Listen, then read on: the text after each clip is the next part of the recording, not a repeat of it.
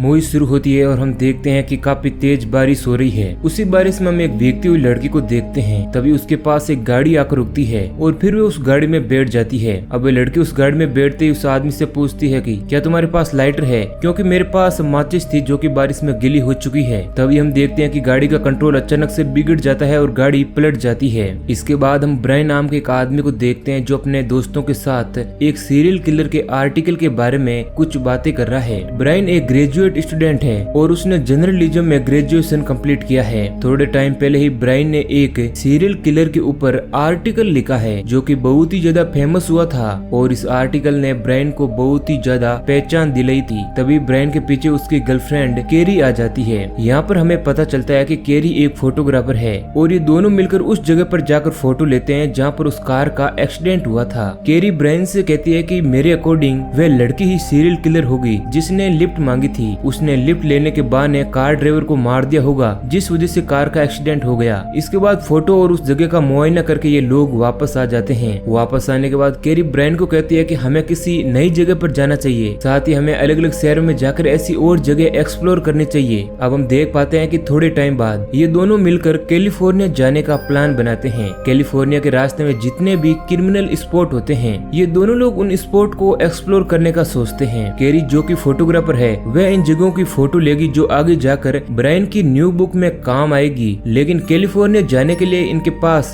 पैसे नहीं होते हैं, इसलिए ब्रायन एक कॉलेज में जाता है और वहाँ के नोटिस बोर्ड पर राइड शेयर का नोटिस लगा देता है और साथ ही अपनी कॉन्टेक्ट डिटेल भी लिख देता है, यानी कि जो भी इनके साथ चलेगा खर्चा आधा हो जाएगा। अब इसके बाद हमें एक साइको आदमी को दिखाया जाता है जिसका नाम अर्ली है और ये साइको हाल ही में जेल से छूटा है। इतने लंबे टाइम में जेल के अंदर रहने की वजह से अर्ली अपनी जॉब खो बैठा है। तभी उससे मिलने के लिए उस जगह पर एक ऑफिसर आता है। उस ऑफिसर को अर्ली के जॉबलेस होने की खबर पहले ही मिल चुकी थी, इसलिए वह अर्ली के लिए कॉलेज में एक जॉब लेकर आता है। अर्ली यहाँ अपनी गर्लफ्रेंड एडी के साथ रहता है। अब यहाँ पर हम देख पाते हैं कि अर्ली उस ऑफिसर की जॉब को ठुकरा देता है और कहता है कि मुझे ये जॉब नहीं करनी है, मैं ये स्टेट छोड़कर दूसरे स्टेट जाना चाहता हूँ। लेकिन वह ऑफिसर अर्ली की बात को नहीं मानता है और उससे फोर्सफुली वह जॉब करने के लिए कहता है। इसके बाद हम अगले दिन देख पाते हैं कि अर्ली सुबह जल्दी कॉलेज में जॉब करने के लिए पहुंच जाता है और ये वही कॉलेज है जहाँ पर ब्रायन ने नोटिस बोर्ड पर राइड शेयर का नोटिस चिपकाया हुआ होता है।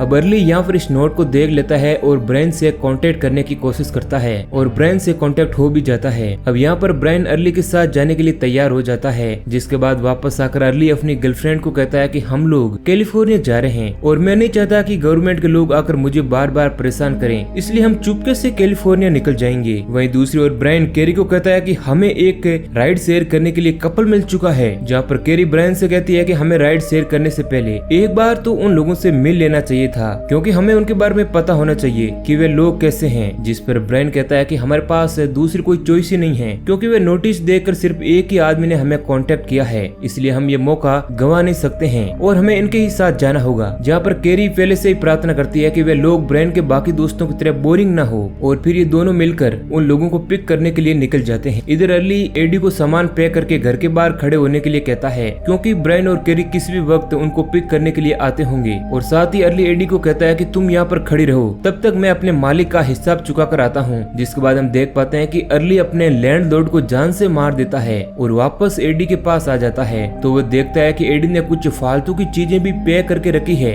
एडी थोड़ी भोले स्वभाव की है, ये बाकियों जितनी होशियार भी नहीं होती है। जिसके बाद अर्ली उसके फालतू सामान को डस्टबिन में फेंक देता है। तभी केरी और ब्रायन अर्ली को पिक करने के लिए वहाँ पर पहुँच जाते हैं। केरी अर्ली को देखते ही ब्रायन से कहती है कि मुझे ये आदमी बिल्कुल भी ठीक नहीं लग रहा है, लेकिन ब्रायन कहता है कि हमें किसी को देखकर उसके बारे में कुछ नहीं कहना चाहिए। इसके बाद वे चारों मिलकर अपनी जर्नी पर निकल जाते हैं। जर्नी के दौरान केरी सबसे बातें कर रही होती है, लेकिन अर्ली और ब्रायन एकदम से चुपचाप बैठे होते हैं। यहाँ पर केरी कहती है कि कर्मा सबसे बड़ी चीज होती है। तभी एडी कहती है कि ये क्या चीज है, लेकिन अर्ली केरी की बातों को मजाक में लेता है और हंसने लगता है। वहीं दूसरी तरफ पुलिस अर्ली को ढूंढने लग जाती है, क्योंकि उन्हें वहाँ पड़ी लैंडलॉर्ड की बॉडी मिल जाती है और बिना पुलिस को सूचना दिए ही यहाँ से भाग चुका है। अब आगे जाकर चारों एक पेट्रोल पंप पर रुकते हैं, जहाँ पर ये लोग अपनी गाड़ी में पेट्रोल डलवाते हैं। तब तक अर्ली टॉयलेट में जाकर एक आदमी को मारकर उसके पैसे लूट देता है और बाहर आकर किसी को भी इस बात की भनक तक नहीं लगने देता है। आगे जाकर चारों एक क्रिमिनल स्पॉट पर रुकते हैं, जहाँ पर ब्रायन चारों तरफ इस जगह पर घूमकर डिस्क्राइब करता हुआ अपनी आवाज में रिकॉर्ड करता है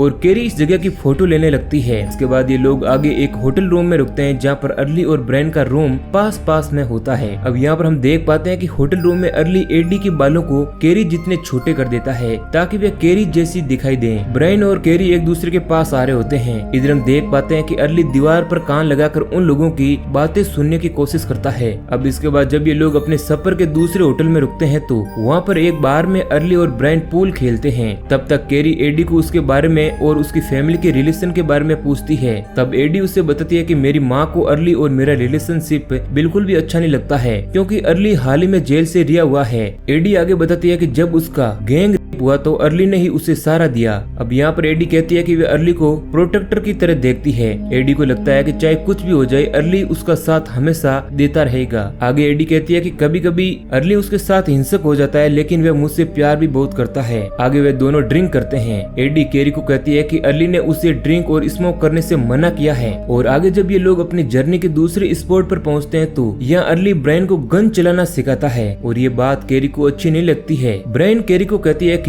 अर्ली पास्ट में एक क्रिमिनल रह चुका है लेकिन ब्रायन कैरी की बातों पर ध्यान नहीं देता है और अपनी रिपोर्ट तैयार करने में बिजी रहता है। अब यहाँ पर कैरी भी इस जगह की फोटो लेने लगती है लेकिन तभी वे देखती है कि अर्ली एडी के साथ कार में कुछ गलत हरकतें कर रहा था और ये बात कैरी को बिल्कुल भी अच्छी नहीं लगती है। वे इन दोनों की फोटो लेने वाली होती है तभी अर्ली कैरी को देख लेता है और उसके सामने एक क्रिमिनल वाली स्माइल देता है। इसके बाद कैरी ब्रायन पर काफी ज्यादा गुस्सा होती है और वह कहती है कि या तो तुम इनको जाने के लिए कह दो नहीं तो मैं जा रही हूँ। अब यहाँ पर ब्रायन कैरी को काफी मनाने की कोशिश करता है और फिर ये लोग एक पेट्रोल पंप पर रुकते हैं जहाँ के स्टोर के टीवी में कैरी रिपोर्ट देख लेती है जहाँ पर बताया जाता है कि एक मर्डर हुआ है जिसका सस्पेक्ट अर्ली को ही माना जा रहा है। दूसरी तरफ हम देखते हैं कि अर्ली वहाँ के स्टोर मालिक को लूट कर उससे भी गोली मार देता है। एडी ये सब देख कर रोने लगती है। इधर अर्ली एडी को डांटता है और उसे चुप रहने के लिए कहता है। अर्ली कहता है कि मैं सभी को सेफली कैलिफोर्निया पहुंचा दूंगा, तब तक तुम लोग चुपचाप बैठ जाओ। अब अर्ली सीधा इन लोगों को एक माइंड कैंप की जगह पर रोकता है। यहाँ पर हम देखते हैं कि दो पुलिस ऑफिसर आते हैं जो इनसे पूछताछ करने लगते हैं।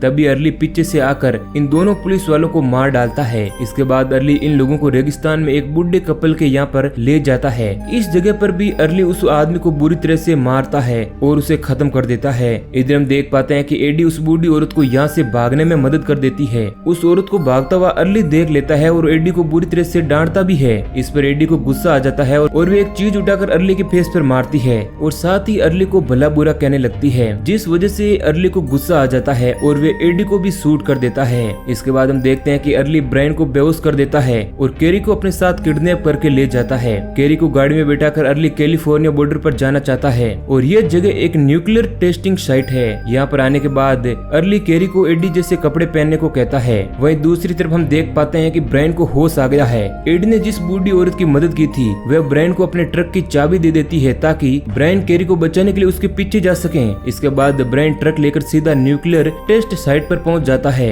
वहां पहुंचने पर वो एक ही वार में अर्ली को एक बार के लिए गिरा देता है, जिसके तुरंत बाद ब्रायन कैरी को ढूंढने लग जाता है और जब उसे कैरी मिलती है तो वह देखता है कि कैरी बहुत ही बुरी हालत में है और अर्ली ने उसे हथकड़ियों से बांध कर रखा हुआ है, जिस वजह से वह सदमे में चली जाती है। लेकिन तभी पीछे से अर्ली ब्रायन के ऊपर हमला कर देता है। यहाँ पर उन दोनों के बीच लड़ाई होती है। तभी कैरी के हाथ न्यूक्लियर टेस्ट यूनिट लग जाता है जिसे वो अर्ली पर फेंक मारती है। इसी मौके का फायदा उठाकर ब्रायन गन उठाकर अर्ली को शूट कर देता है, जिस वजह से वह मारा जाता है। अब हम देख पाते हैं कि इस घटना के कुछ समय बाद हमें ब्रायन और कैरी को बीच हाउस में दिखाया जाता है। ब्रायन रिकॉर्डिंग को बड़े ही ध्यान से सुन रहा होता है। तभी कैरी ब्रायन से कहती है कि एक लोकल आर्ट गैलरी उसके आर्ट की बहुत ही बड़ी एग्जीबिशन लगाना चाहती है, जिसे सुनकर ब्रायन काफी खुश होता है और वह कहता है कि हमें इस पल को सेलिब्रेट करना चाहिए। इसके बाद वे इस चीज को सेलिब्रेट करने के लिए वहाँ से निकल जाते हैं, लेकिन ब्रायन गलती से अपना रिकॉर्डर ऑन ही छोड़ देता है, जिसमें हमें एडी की वॉइस सुनाई देती है। एडी बोल रही होती है कि मुझे खुशी है कि मुझे ब्रायन और कैरी जैसे दो दोस्त मिले हैं और इसी सीन के साथ मूवी एंड हो जाती है। तो दोस्तों ये कहानी आपको पसंद आई है तो वीडियो को लाइक और चैनल को सब्सक्राइब जरूर करें। धन्यवाद।